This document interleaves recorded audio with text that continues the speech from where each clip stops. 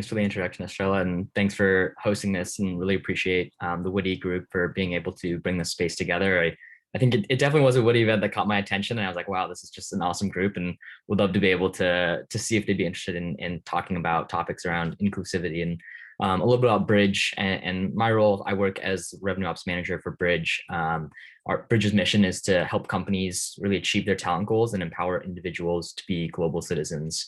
So we do that by combining purpose-built software and best-in-class legal experts, by providing a better and superior experience for international employees and help companies run a more proactive and informed immigration function.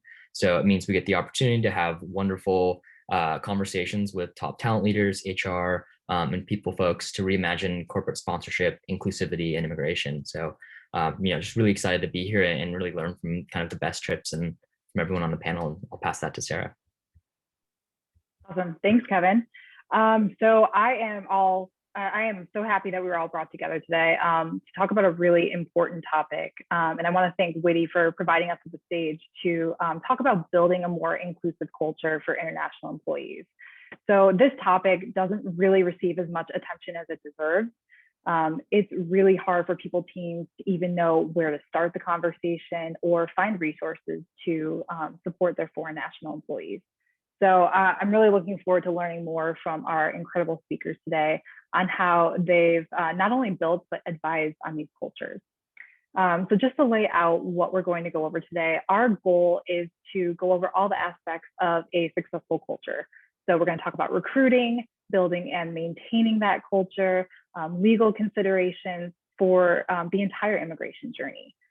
We want to provide tangible next steps and resources you can bring back to your companies to start those new initiatives. So we'll talk about the benefits of inclusivity, how it can impact your team and performance, how to approach immigration conversations, and really most important of all is making sure that employees feel safe and supported at the companies they work for. So as a moderator, I'm going to guide us through this discussion, and we're going to break it down into 4 different segments. First, we're going to focus heavily on the why. Why are we here? Why are immigration policies and other DEI and B initiatives really important to support a strong culture? From there, we'll jump into how. So how do teams just getting started start fostering a more inclusive culture right away? Tuning into this panel is a great first step, but our speakers are going to provide us with more actionable tips on how to get that going. Then we'll take a look at some of the common obstacles towards achieving inclusivity. So we'll discuss compliance, the immigration landscape over the past 4 years, and how to be prepared to overcome many of those challenges. To end our conversation, we will talk about the ideal scenario of what inclusivity could look like if it was properly realized. What is the dream state for companies and their immigration and inclusive programs? Just as a reminder, everyone can submit questions for our panelists throughout the entire conversation, and then we'll wrap up with virtual networking if time permits. So I would like to introduce our speakers and give them an opportunity to share a little bit more about themselves. So if everyone can share their background, where they're calling in from, and then either a recent Zoom fail or a skill that you picked up in quarantine. So I can quickly kick us off. I'm Sarah, Director of Client Services at Bridge. I'm actually calling in from Chicago. It has not stopped snowing for a month now, and I know everyone is calling in from warmer climates, and I'm very jealous. So a skill I picked up in quarantine, honestly, my quarantine revolved largely around Netflix binges. I scrolled through Zillow a ton. I worked with Ting at ImmuPartner. We partnered with Bridge. Or they partner with Bridge. But probably the biggest skill that I picked up is just learning to be more creative with cooking. Never had a lot of patience for it before. I cooked with more ingredients, different tools, and I probably learned 5 or 6 different ways to make banana bread. I'm sure everyone has a banana bread recipe. Now I can make it in my sleep. So Ting, let's go to you next. Great. Thank you so much, Sarah. Everyone, so happy to be here. My name is Ting Ni, and I am a corporate immigration attorney based out here in San Francisco. I've been working in corporate immigration for over 10 years and have led the high growth practice at one of the largest immigration firms in the country prior to starting Imit Partner. So I work with companies all different sizes, in terms of scaling their immigration program and just managing cases throughout the process. Now, my biggest Zoom fail, and I had to think long and hard just because there's been so many good ones floating out there in the internet, but it's actually our canine companion mascot here, doing some creative grooming in the background when I'm on a call and not noticing that. So yeah, so I had a little co-star here. That's awesome. All right, Ginny, let's kick it over to you. Hi, everyone. Thanks for having me. My name is Ginny Chang. My pronouns are she and her. I'm currently a recruitment leader at Zillow, and I see there are people from UK and Thailand. Now, Zillow is not currently in any of those locations. We're primarily in the US and Canada, but I'm also a career coach on the side, and unfortunately now a long-term homeschool facilitator, which if somebody's going to give me a grade on that, I'm pretty sure I would fail. So that's okay. I am calling in also from San Francisco. I've never met Ting, but maybe now there's a good reason to do that. I'm a permanent remote employee while my team is spread across the country. In fact, many roles at Zillow now, as a result of COVID and everything that's happening, many tech and engineering are now fully remote. So if you want to work from Hawaii or from us, we're good with that as well. So I've had many Zoom fails, and I had shared with the panel that one of my fun activity to make me feel better about this fail is whenever people tell me that I'm on mute, I have not a swear jar, but a mute jar. Now, I'm expecting to make a couple dollars at least today's panel. That's amazing. I would love to know how much you've made over the life cycle of your mute jar. All right, Pavan, let's go over to you. Thank you, Sarah. Hi, everyone. My name is Pavan Zenda. I am a visa coordinator at Netflix. I am currently in San Francisco, and I'm really happy that I don't have to make the commute to Los Gatos every day. So that's been one of the great things about the COVID right now. Zoom fail. My roommate actually tried to get me to laugh during one of my calls and didn't realize that and was dancing once on like far away from me, but didn't realize that her reflection was getting picked up in the mirror behind me. So everyone on my call was actually able to see it. So that was one of the biggest Zoom fails. And then she was forever embarrassed after that.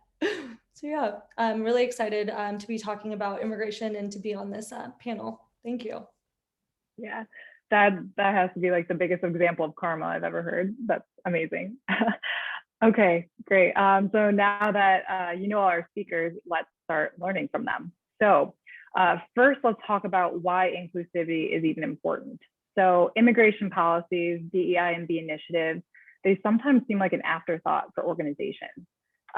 Ting, earlier this week, you shared some really mind-blowing statistics about why companies should be taking this a little bit more seriously. Can you walk us through some of those? Yeah, absolutely. So obviously we hear a lot about, immigration diversity initiatives, but because these initiatives have been shown to increase innovation and performance across the board. But that being said, it's directly backed up by numbers. And these numbers were shocking to me, even as an immigration attorney when I first heard it. So I'm going to read from it just to make sure I get it right. But of the core working group here in Silicon Valley, and that's defined as 25 to 44-year-olds holding tech jobs, 64.9% in computer and mathematical professions are foreign-born, and 60.7% of those in architectural and engineering professions are foreign-born. So this is significantly more than half of the core working group, in one of the biggest, most thriving job markets here in the US, being foreign born. And I don't mean these folks are, they all need visas. They might be permanent residents, they might be US citizens, but the fact of the matter is this has been their journey and is the journey of a lot of, talent and colleagues, in the space. Yeah, that's a huge number, and clearly a business case for placing more emphasis on making everyone feel more inclusive. So Ginny, throughout your recruiting career, I know you've seen many of the benefits for creating a sense of belonging and hiring more diversity. So can you shed some light on what some of those benefits are? Yeah. Like you mentioned, there are plenty of research out there on the benefits, so we don't really need to go there. And there's also a lot of intersectionality. So for example, I'm Asian, I'm woman, I'm an immigrant, and I also have a disability that is not visible. Now, I like what some companies are starting to shift the conversation to less about diversity hiring to representation slate and hiring, because diversity is sort of measured across different metrics. It could be age, religious beliefs, country of origin, gender, socioeconomic background. So you can technically be a diverse company, but you may not have a great representation in all the categories. So I would say that's sort of that kind of parameter helps us think of diversity into representation. Okay, that's great to know. So kind of going off of that, let's talk a little bit about immigration policies and building that into the culture as well. Ting, why is a strategic and proactive immigration program so important for companies? Like, how do you make sure that everyone feels represented, and all the different things that need to go into that?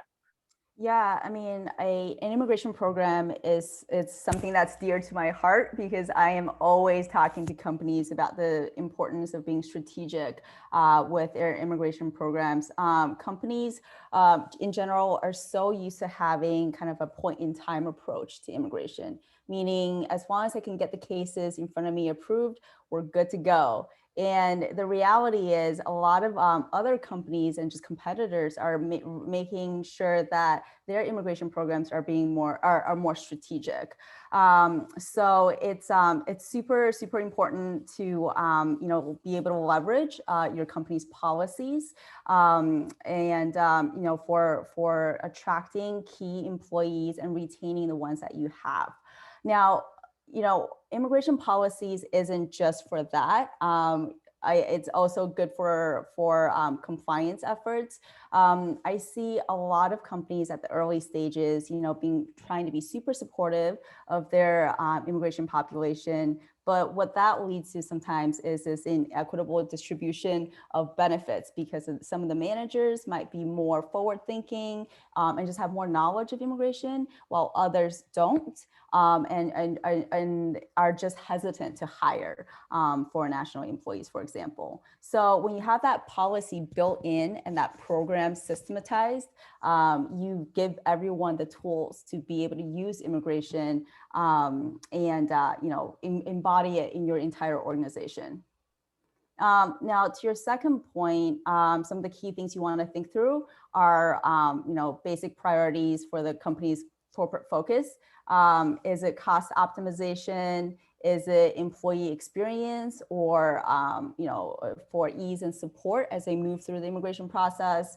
And it's just important to get buy-in from key stakeholders, as you're building your policy.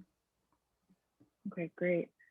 So Ginny, from a recruiting standpoint, what inclusivity measures should be presented throughout the hiring process? First of all, there are opportunities in every step, and it's also applicable for all candidates, not just immigrant employees. I'll just highlight a couple from a hiring perspective. One would be the inclusive job descriptions. That's a great start. So tools like Textio, which is actually a paid tool, will evaluate your job descriptions to make sure it's inclusive. Now, JobVite, I guess now it's going to be a competitor of theirs, recently came up with a free job description grader. It actually grades for you for free. I didn't send this link to Sarah earlier, so I'm just going to paste it here for everyone if anyone's interested in checking it out. The second part I would say is the conversation could even start way before that. So an example would be even a kickoff conversation with the hiring manager to make sure there's not a bias for, let's say, only hiring from particular sets of schools or pedigree, or even like name brand companies, right? We tend to have this bias, like if someone's been at maybe a name brand companies, it might mean something special about their skill set. Not to say there isn't, but the assumption that just because you don't have those name brand companies or the pedigree school, that's an important conversation. And to make sure to check that's how hiring managers are thinking about it. So this also includes international, right, schools and companies, because we have many, for example, students that might have graduated from their bachelor degree in their local country, but of course come here. So for many of us, just like I mentioned, maybe there's some international companies that do not know what Zillow is. It'd be the same thing, the other way around. Okay, yeah, that's amazing. Talking to those managers, making sure they don't have those biases, that's really important for hiring diverse candidates and making sure everyone feels included throughout the process. Okay, great. So let's move on to how to kick this off for teams that are just getting started. So what is that first step? Pavan, I'd love to direct this question to you. You shared some really valuable tips on how to start talking more about immigration at companies. So how do you even start? Yeah, I think the first simplest step is just creating the safe space to have these types of conversations and kind of removing the fear around, immigration topics. Also making it known that you yourself are an ally and that you're willing to listen, learn, and then stand up and speak up where you can for, the immigrant community.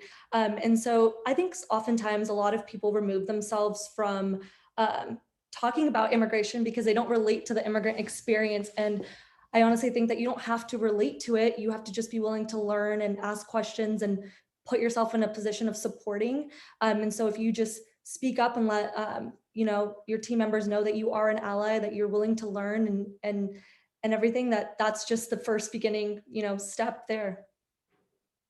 Yeah, absolutely. And another great resource you've shared is Netflix's How to Become an Ally.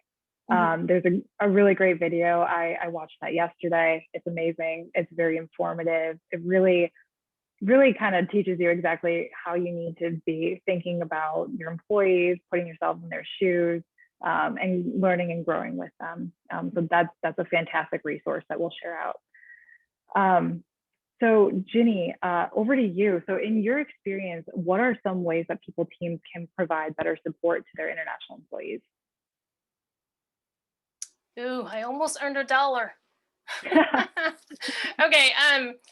Well, first of all, I really applaud Netflix for creating a specific group for immigrant employees.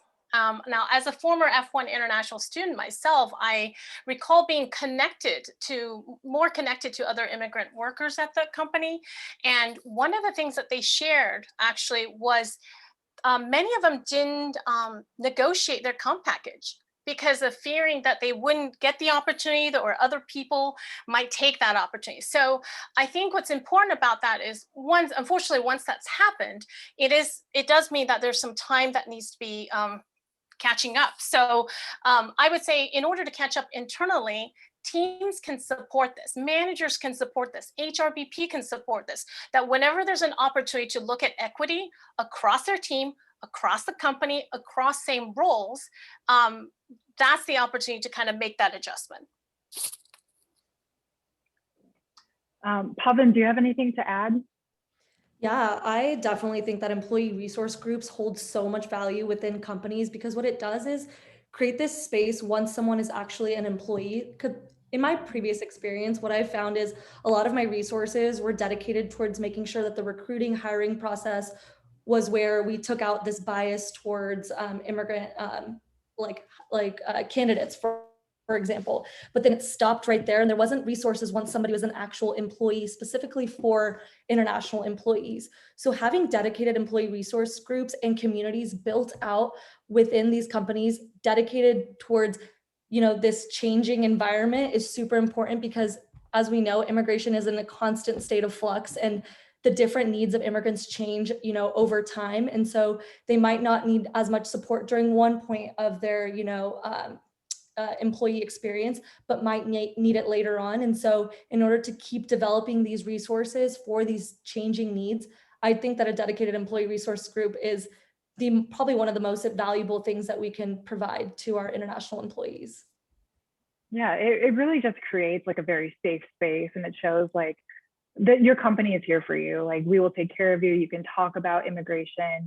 Sometimes I know employers find it hard to talk about, or it could be considered a taboo subject. So having that space is huge. I loved hearing that about Netflix. I think everyone's doing great work. Okay, so moving on. Certain people teams are often kind of siloed in the immigration programs or functions. They really just kind of own most of that work, own a lot of the initiatives around it. So if that's really the case, like, how do you work on integrating an immigration or mobility plan into the general culture from the company? So Ting, I know you've been encouraging clients to do this a lot more often. What are some of your tips? Yeah, absolutely. First of all, I love how Ginny and Pawan, kind of brought in the idea of including different stakeholders in the company. Oftentimes as HR professionals, you guys are just tasked with immigration and, with, not a lot of guidance and not a lot of support. So one way to really combat this from the ground up is to make sure that we structure the conversation around immigration as a company specific topic. And by that, I mean, bring in trainings for your different stakeholders. So once you have an immigration policy in place, and we talked about why it's important for compliance, for recruiting, but really teach folks, what our policy is, and here is how you use it in your daily function.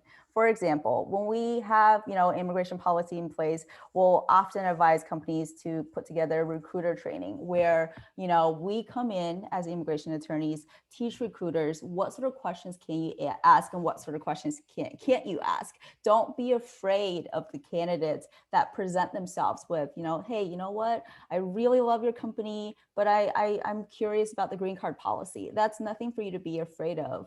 So, we answer questions as far as, what are the common types of visas? When are, the red flags triggered? You should be bumping this to your immigration counsel to get further advice. Just teaching folks how to speak that basic language.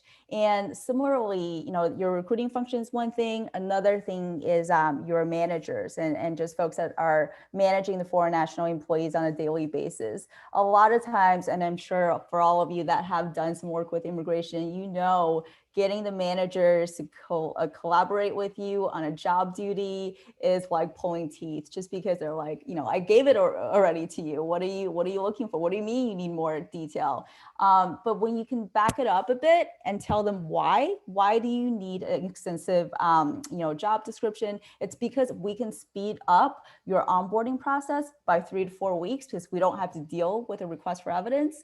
When you give managers that training from the get-go, they really get it. And they know it's going to benefit them because they can count on foreign national employees not being distracted by their own immigration processes. And, also timeline, that person is going to be onboarded and, productive in your team. So lastly, again, bringing in different stakeholders. You might even want to consider training for your executive team. Usually it's this top-down approach where we're taking orders from the executive team, but really, in this case, oftentimes, the HRs are sort of the experts in the organization, in the field. And there's a lot of noise in the news about immigration, but oftentimes it deals with, DACA or, undocumented immigrants, which are very, very important topics, but there really isn't a lot of, a mainstream news about employment-based immigration, which is what's impacting your work life from a day-to-day basis. So you might want to have a training for, the decision makers at the company, just so that they can orient themselves and really give clear direction. How do we want to take the immigration program? Do we want to be super supportive? Do we want to be more cost efficient, et cetera? Yeah, absolutely. And agreeing on the messaging to your international employees as well. Like, it can be very anxiety inducing. Like, not understanding exactly what's going on, just having that conversation with stakeholders can do so much for your company. All right, so one of my favorite parts of working with Bridge is getting to celebrate immigration wins with our clients. It is amazing to go through an entire process, have so many different challenges and hurdles, and then finally get the approval and really change someone's life. So Pavan, I want to direct this one to you. What are some ways that companies can better celebrate these immigration milestones? So within my team, actually, what we've done is we have team calendars, where everyone puts their birthdays, work anniversaries, and everything else. And so what we did when we were transitioning over our team calendar was also create the space for people to add in their immigration related wins, and which include, successfully securing a work permit, your green card, or even your citizenship, for example. And I think this was the first time that a lot of people really went in and added a lot of their own personal accomplishments when it comes to immigration. And what it actually did for me was learn that I had a lot more immigrants on my team than I had realized before. And so I think that these are huge wins for our team members. And if they feel comfortable sharing, these with the team, then we should celebrate them. These are just, huge wins. And I'm really happy that we created this space just within a team calendar. It's simple as that. And you know what, it goes a really long way. 100%. Yeah, I love that. That's awesome. Like saying it's okay to celebrate these wins. It's amazing. Okay, great. Before we move on to obstacles, just a reminder to submit any questions that you've heard so far, any questions in general, and we'll address those in the next half hour. Okay, so moving on to some of the obstacles towards getting to that inclusive space. So everyone faced so many challenges in 2020, but there are a lot of challenges that were very unique to immigrants. Pavan, you shared a really interesting challenge that you faced in the past year about immigration and the political space. Can you elaborate on that? Yeah, so obviously within a lot of tech companies, what we try to do is have this separation of politics and the workplace. I think one of the biggest obstacles I ran into was this separation, because I felt that a lot of the times what was happening was that people saw immigration is political in itself. However, the policy that surrounds immigrants, they themselves are not political. And I think that that's that separation that we need to really make. And so when I was writing the article, 10 Ways to Support Immigrant Colleagues, there was a little bit of hesitation that this article might be too political, but what we had to keep reminding ourselves, and actually reminding everyone else that was taking a look at it before it was published, was that, hey, these are tips to support our employees. They themselves need to be supported, and we need to make this, public statement of we support our immigrant colleagues. And just because the policies that surround them are political doesn't mean that we should just stay away and shy away and be scared to, make this type of stance. And so I think making that separation and arguing honestly for the fact that there is this separation was a huge win for us, but it was probably one of the most challenging things I've had to deal with. Yeah. Yeah, that's tough. On the flip side, one thing that I think Bridge did really well this year is empowering international employees who do want to be political. So if they want to peacefully protest, or if they want to navigate the elections even, we put out different guides that we can drop in the chat on how to do that without actually jeopardizing your status. Like, how can you express yourself without putting yourself and your family in danger? So it's a tricky one to navigate. It's been tough over the past couple of years, but we want to make sure we're empowering everyone to support what they believe in. Okay, so now from a legal standpoint, there were so many challenges that were brought on by COVID and the landscape over the past 4 years. Ting, what were some of those challenges that really affected immigrants that many just do not realize? Yeah, I laugh because I've spent so many minutes on Zoom talking about these issues, as you guys can imagine, over the last year. But one of the biggest things is, one of the reasons we're all having this meeting, this conversation via Zoom, which is telecommuting, right? So a lot of our, I think to give some perspective, a lot of our immigration regulations were, codified decades back, before the internet is really an everyday thing in everyone's lives. So the concept of telecommuting as a work option is just not even imaginable. So a lot of our regulations are tied to the work site as it's presented in the immigration application. So when employees are now telecommuting remotely, from anywhere in the country, and that started happening immediately after the lockdown happened, a lot of companies actually had to be made aware of, the need to file amendments with the government. Just because COVID is happening doesn't mean that you get a free pass on immigration regulations. So being aware of that was kind of a hurdle to try to communicate that to as many companies as we could. And obviously, for the companies we work with, we can send out, communication very easily. But I think on a broader level, just these, challenges we're navigating on other fronts in terms of workspace or something, it's heightened when you have, visa statuses to worry about.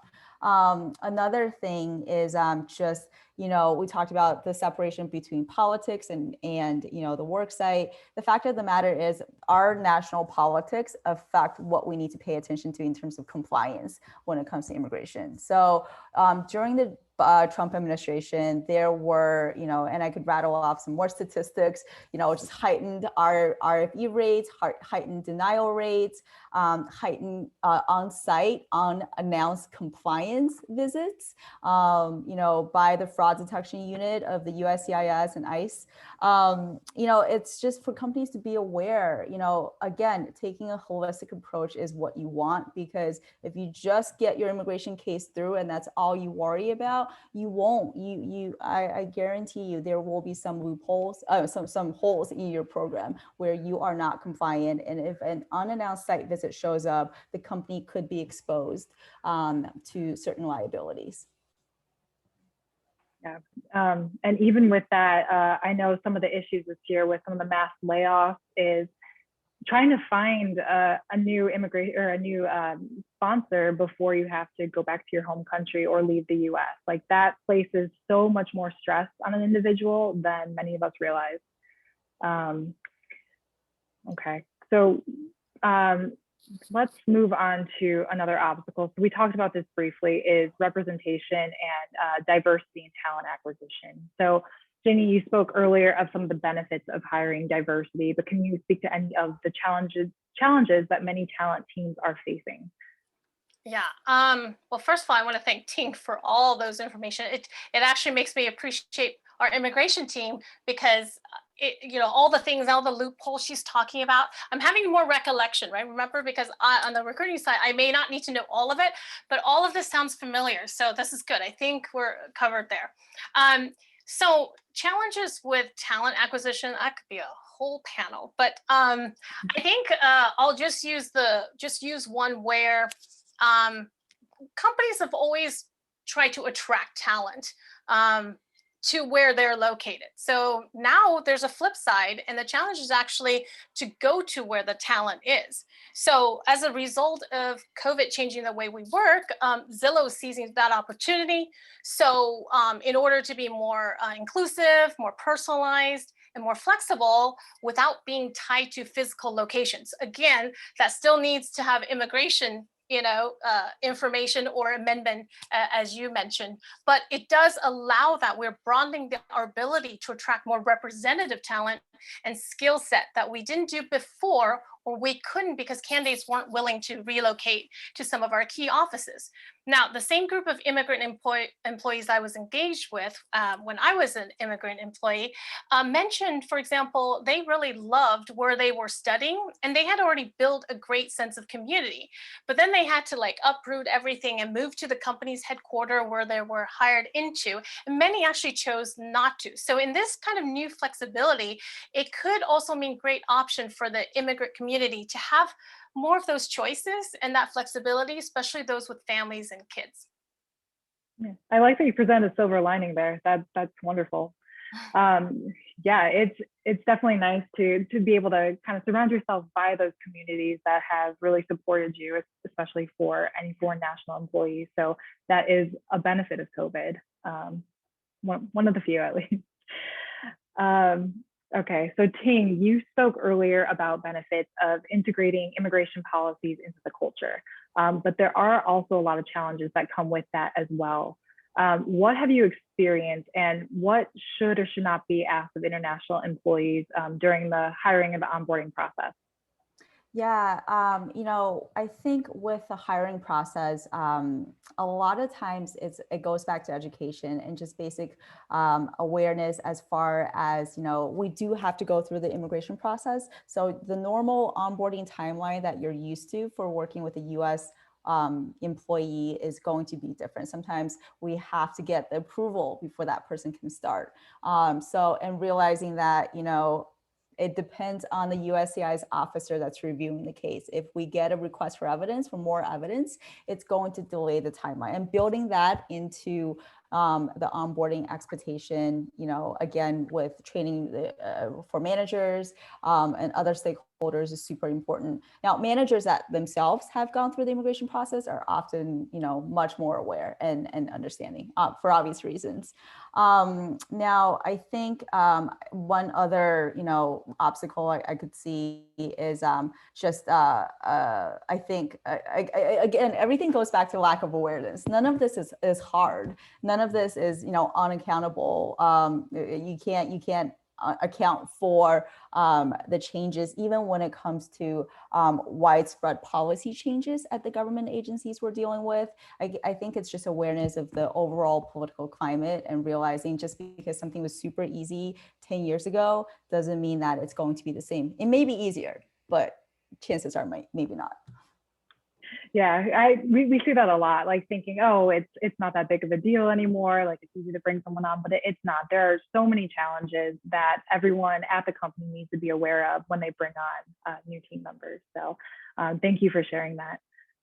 Ting, I actually have another question for you, and this is for all our speakers if they want to chime in. So are lack of technical tools or platforms for managing an immigration program a challenge? Is technology shaping immigration programs, or what have you seen?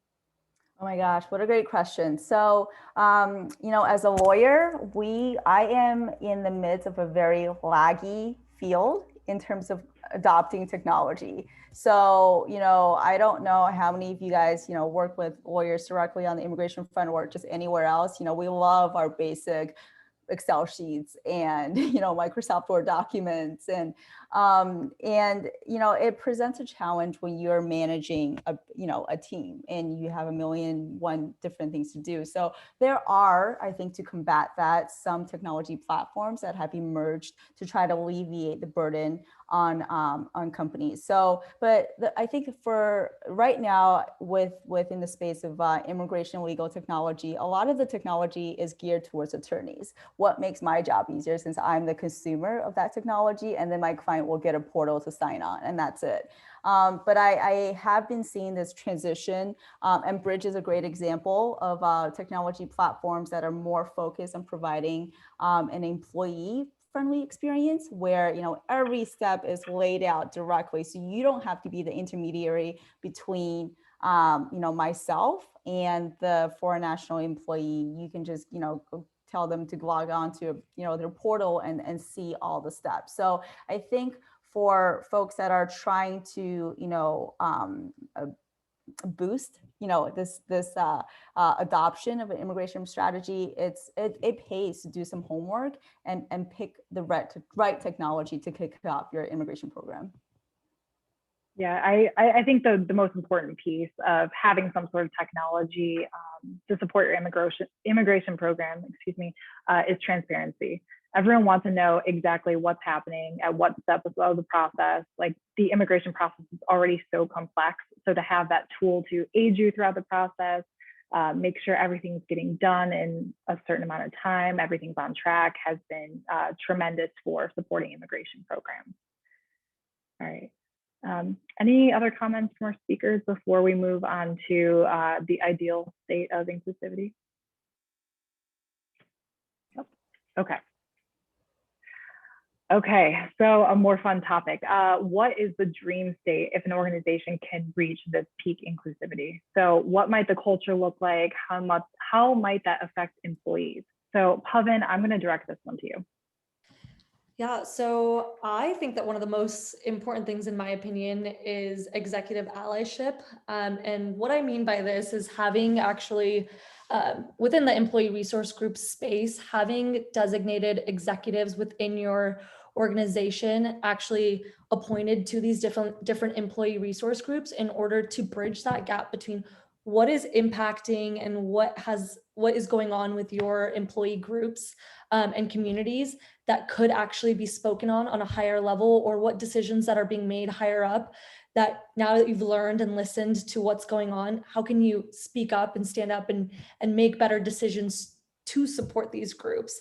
And I think that oftentimes what we do is we've put employee resource groups in place at companies, but how does that translate over to like the decisions and everything else? We've built this community and you support each other, but how is the company supporting you in actuality? And so I think with bridging that gap with executive allies would be kind of a better solution to overcoming that obstacle. And also just, making your executives aware just of these issues, that there are a thing, and just because they don't affect you directly, you as an ally can help support, your employees.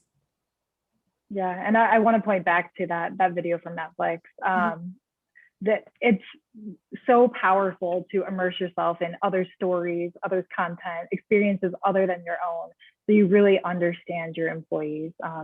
Anyone can be an ally, and everyone needs an ally. So I think that is a very important piece that more companies need to start adopting in their program. Yeah. All right, so Ting, on the legal side, how can providers make the candidate or employee experience more ideal through the immigration process? Gosh, I'm going to sound like a broken record. A lot of it, is again, education. To Pawan's point in terms of putting yourself in your immigrant colleagues' shoes. We put together something called the ABCs of corporate immigration, which is a guide that, I think we're making available to the attendees here. And it's really just, immigration is so full of these acronyms, the A to Z's of visas, and like, what's the difference between a C visa versus an O visa? And, just having this one pager makes it really easy to reference.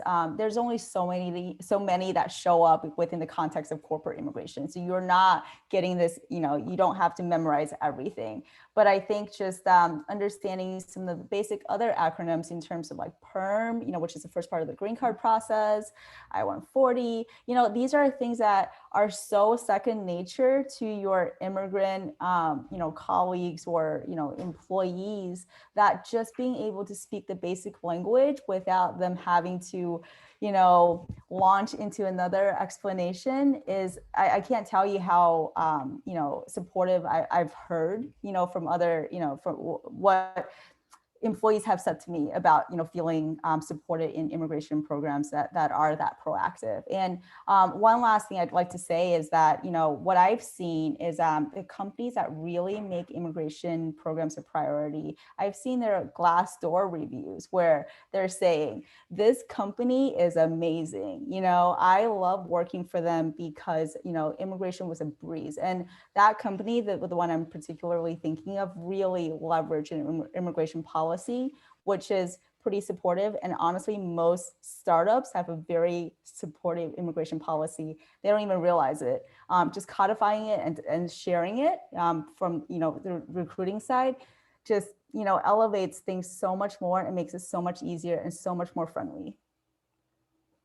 Thank you. I think every company, every recruiter should have a copy of Ting's ABCs of corporate immigration cheat sheet.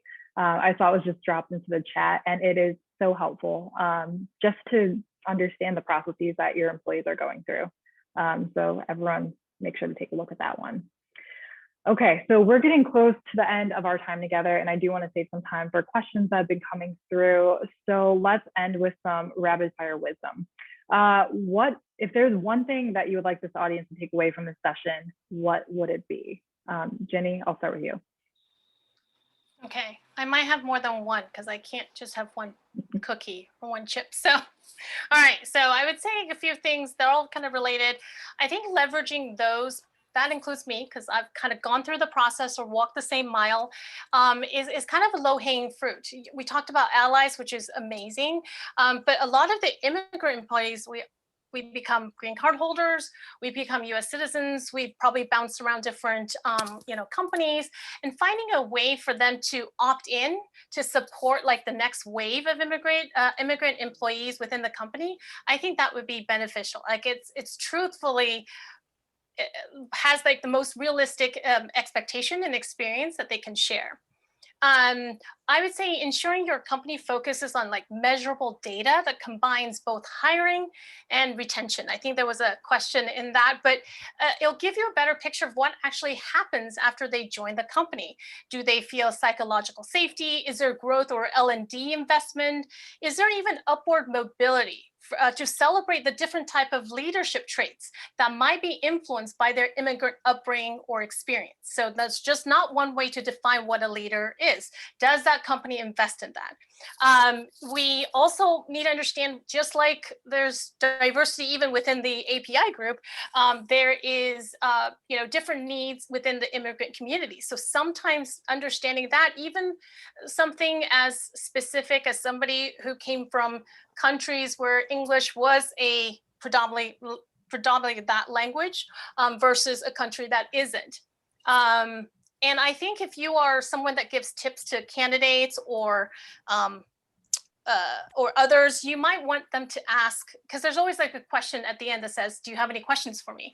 And I think as an immigrant potential employee, you should be free to ask them, like, how do you make your immigration process ease of use for people? Or during last year when everything was, a little noisy when it came to immigration, like what did your company do about that? I think it will show when it comes down to it, what do people stand up for? Yeah, and I don't think those questions are getting asked very frequently at all. So that's a great tip. All right, Ting, how about you?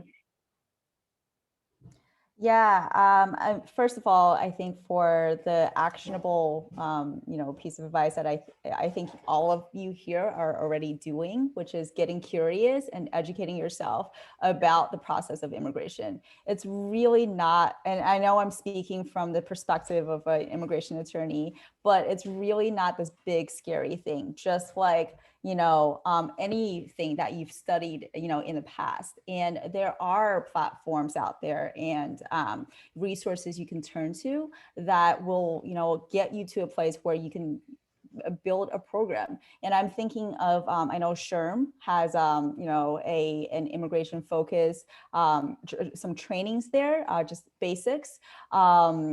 And I think, if everyone in my dream state, if everyone can start leveraging that, many more companies will be able to tap into this talent pool. I work with a lot of tech companies and a lot of VCs, refer companies to us. And at a certain point, I've seen companies with a few hundred full-time employees, but barely any immigration workflow. And when it's a tech company, they are missing out significantly. Not only, I'm thinking of the engineers, Indian, Chinese nationals, but also folks from Canada, Mexico, Australia, in marketing and other less STEM focused areas. So think about it in a holistic way. Thank you, Ting. All right, Pavan. Yeah, so I think one actionable piece of advice that every company should do is basically learn and train yourselves on this piece of allyship. There are so many trainings out there on how to be an ally, and I think that that's so important. The other thing that I've been trying to be better about, and actually just remind myself every day, is to lead with empathy. I think oftentimes what happens is when it comes to the immigration piece is that it almost becomes like a transaction based, that we forget that on the other side of each of these transactions is a human that is affected by the outcome of the actual technical piece of immigration and the process that they're in. So I always just remind everyone, lead with empathy, and remind yourself that, this isn't a transaction based kind of industry, that, there is a different type of impact that is made both on our end and on the person that's being affected. If their visa is approved or denied, or more requests for evidence, there's different levels of impact from that. So always just remind everyone, lead with empathy, please, and try your best to be an ally where you can. Yeah. So it's so funny that the three of you kind of captured all of my learnings as well. It's so important to not stop learning and to not stop being curious about immigration and the challenges that everyone's facing. You want to learn more about people's cultures, about immigration programs, about allyship, about how certain situations can affect others differently that we aren't always seeing. Very broad piece of advice, but committing to learning more about your employees and others, always leading with empathy, it's going to improve everyone's understanding of each other and be a much more inclusive workplace. So thank you to our panelists today. There has been so much wisdom throughout this entire conversation, and these actionable tips are super, super helpful. So let's move over to questions. I think we have a little bit more time. Let's see. So let's see, one of the questions regarding how did your organization become more inclusive? So what are the tips for recognizing and cultivating change agents before formalizing an ERG or inclusivity council?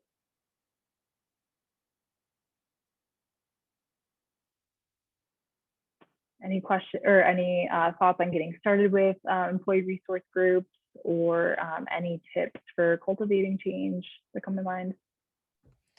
I think one of the things that Netflix did as a company is just simply, even on their jobs board, is they actually published my article of 10 ways to support immigrant colleagues. And what I think that allowed was the space to talk about immigration when someone was applying for a job, because it's right then and there what stance Netflix takes. They support their immigrant employees, and then it also includes people applying for those roles. So you don't have to question be in this uncertain space that, does this company hire immigrants? What's their stance and everything? So I think just making your jobs board or platform a little bit more inclusive with these types of resources is a great first step. Okay, great. Let's see, Marianne asked, management is too busy to keep up with everyone's immigration status. Is there some easy way to do this?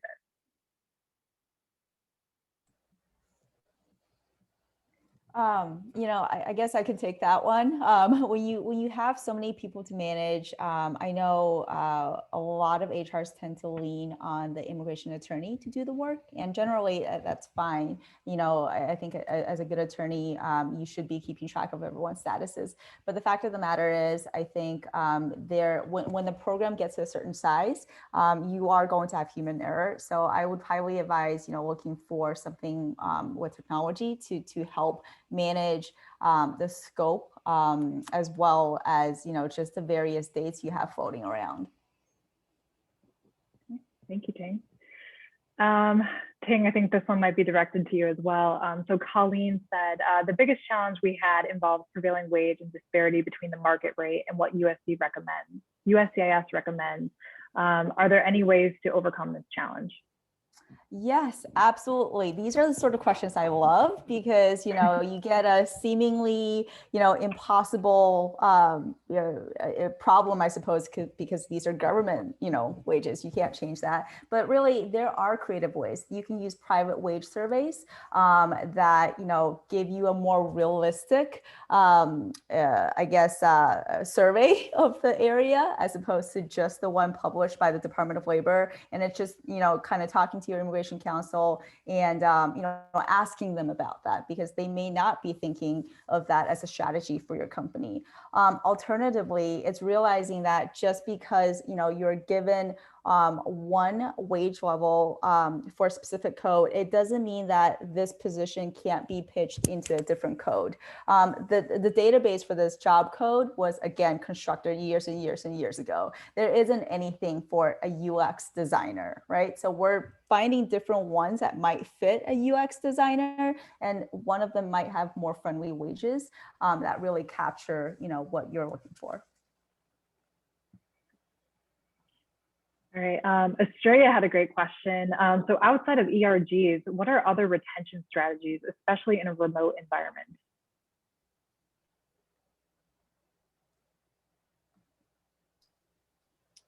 I'll just jump in here. I think the remote thing is still new for everyone. So I would say there's going to be a lot of learning. There's definitely some companies that have basically come out like ours that says we're going to be, remote permanently, and others that are, like a Google or Facebook where they have so many office locations, they're able to say, you know what, we're going to do a hybrid. So I think it also depends, I think, what works for you as how you work. I didn't think I would be a remote employee. I didn't think I would do that well in it, I have to say, because I'm usually just, probably running around the water cooler. But I find actually myself way more focused. And so now, and it's hard for me to actually imagine going back. But in terms of like the retention part, I think that's going to take it depends if the company is like committed to it. So one of the things that you'll find, look for companies that, for example, like this year is currently hiring a lot of learning and development people, which by the way, we are too, right? The reason you can see is where are they putting that investments? Like in addition to, yes, we want to grow the sales team. Yes, we want to grow the marketing team. If you're seeing roles in recruiting or an L&D or an HRBP, then you know that there's something about retention and hiring that's important for the company. So those are some good signs to think about. But I would say it'll depend. Retention there are many reasons why people stay and leave. So that's a kind of a hard question. It just depends on where your value is. If you're a person that cares about really passionate about a particular product or technology, that may be the driving factor, and other things. So sorry, Estrella, we can talk some other time. I can, over tea, virtual tea, we can go into it. You got it. Oh, that's great. Okay, so kind of a question for everyone. How do we keep the conversation going with folks in the room or create an additional space outside of the room? What's the best way to communicate with each other? Not Clubhouse.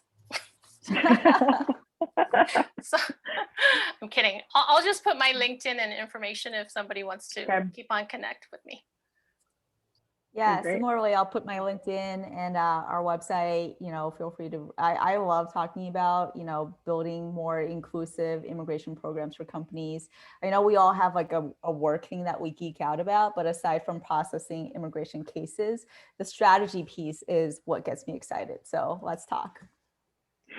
Yeah, and mine just like on the people side, I love to talk to anyone and everyone about, why is this important to them? And it always ends up being some very personal story or somebody that they know, and like all of that is kind of fostering this passion. So I would love to connect with anyone on, why are you passionate about this and why do you think that it's important? And always happy to continue the conversation on that end. Awesome, thank you guys. Okay, great. So one more question that we have, and this might be an opportunity to do the breakout room, but we want to hear from the audience on tips for ways to celebrate inclusivity or important metrics that your organization tracks.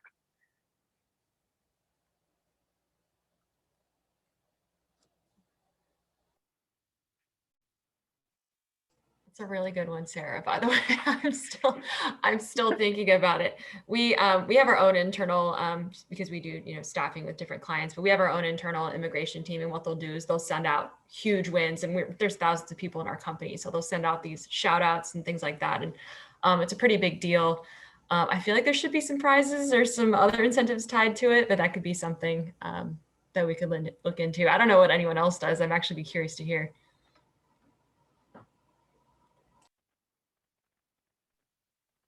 So I work for a company that's headquartered out of Denmark, and they are a very global company. I mean, we have offices in the US, Japan, China, Australia, Germany, France, Switzerland, India, and although we will do immigration, we primarily look to hire people where they live. Again, I'm relatively new to the company. I've only been here, it'll be 3 months yesterday. And I will tell you that in the way of diversity, equity, and inclusion, there hasn't been anything. And for the most part, the way it's been looked at by the Nordic area is that it is something that is really only a US thing. And so right now what I'm doing is developing a business case that shows a global framework and a reason why we need a global framework for diversity, equity, and inclusion at the company. And it must be from our leaders down, not from our employees up. And so we're not measuring anything in the way of statistics. And I'm in the process of trying to collect that data, which has been a lot of struggle. Because we don't actually capture a lot of that information consistently throughout all the different countries that we work in. And I have a lot of ideas on how we can do inclusivity and belonging. There's a great desire for it in many of the areas, not only from a gender perspective, but from an ethnicity perspective. And certainly, employee resource groups are on my list of things to incorporate. I come from the Home Depot, where there is a big diversity and inclusion initiative, and they do utilize employee resource groups as well. But I think another way that can help with retention is a focused effort with regard to mentoring and developing individuals to make sure that the opportunities are there for them and that there is true equity for them. So I've got a lot of work ahead of me. Well, that's amazing. And thanks for joining this panel and taking the first step. And I hope you kind of learned something from our panelists today. Like it's no small feat to get this off the ground and started. And there's so much thought and intention that has to go into it, and so much research and different things to capture. So that's amazing to hear. Thank you. Thank you. Yeah. I guess maybe a different question for our audience are, what are some of the metrics that you wish you captured or you want to start capturing?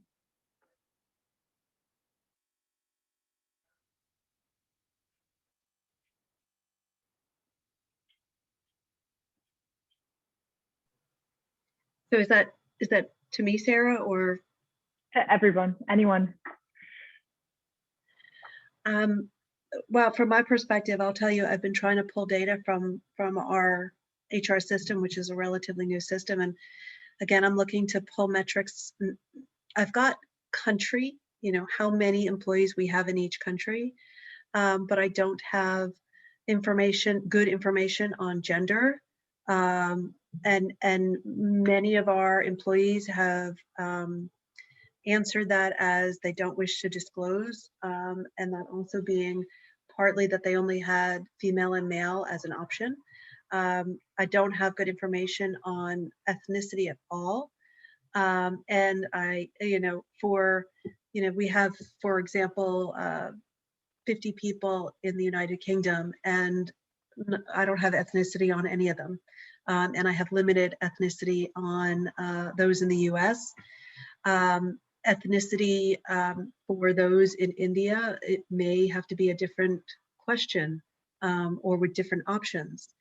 Whereas religion is somewhat more important to some degree. Not that there isn't different diversity, a different ethnicity there as well. I'm also looking at age information. I would love to be able to collect information with regard to sexual orientation to see what type of representation we have, as well as disability, but it's baby steps.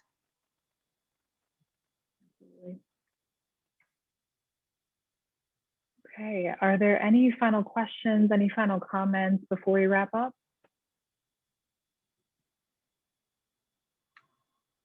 I just wanted to call out for everyone, if you want to save the chat, if you don't know how, just look for the little 3 dots in the corner there with all those resources. I just downloaded everything just now because I was like, oh my God, I need all of this. The ABCs especially, Ting. I think I'm going to share that with my team as well. That's huge. Yeah, feel free. I mean, I know we don't have bulletin boards out of cubicles anymore, but you know, we can paste it virtually. Virtual bulletin board. This is awesome. Yeah, that's great.